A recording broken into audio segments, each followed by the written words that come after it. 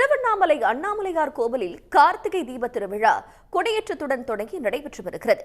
இதன் முக்கிய நிகழ்ச்சியான மகாதீபம் 2668 அடி உயரமுள்ள மலை உச்சியில் வருகின்ற 13ஆம் தேதி ஏற்றப்பட உள்ளது.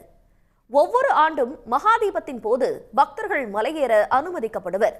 ஆனால் இந்த ஆண்டு மலையில் மண் சரிவு ஏற்பட்டதால் மலையேற அனுமதி கிடைக்குமா என கேள்வி எழுந்துள்ளது. இது பற்றி செய்தியாளர்கள் மத்தியில் பேசிய அமைச்சர் சேகர் பாபு, மலையேற பக்தர்களை அனுமதிப்பதா என்பது குறித்து இன்று மாலை திருவண்ணாமலையில் ஆய்வுக் கூட்டம் நடைபெற உள்ளதாக தெரிவித்தார். பக்தர்களின் பாதுகாப்பு அம்சங்களை கருத்தில் கொண்டு முக்கிய முடிவுகள் எடுக்கப்படும் என்றும் அவர் கூறினார். திருவண்ணாமலையில் அண்மையிலே நடைபெற இருக்கின்ற தீபத் திருவிழாவை முன்னிட்டு ஏற்கனவே திட்டமிட்டது போல் மாண்புமிகு தமிழ்நாட்டினுடைய துணை முதலமைச்சர் தலைமையிலே ஒரு ஆய்வு, அந்த மாவட்ட அமைச்சர் தலைமையிலே ஒரு ஆய்வு, இன்றைக்கு 3வது கட்டமாக இன்று மாலை திருவண்ணாமலையிலே ஒரு ஆய்வு. செஞ்சல் புயல் காரணமாக பெய்த கனமழையால் திருவண்ணாமலை மலையில் கடந்த ஞாயிற்றுக்கிழமை மண் சரிவு ஏற்பட்டது.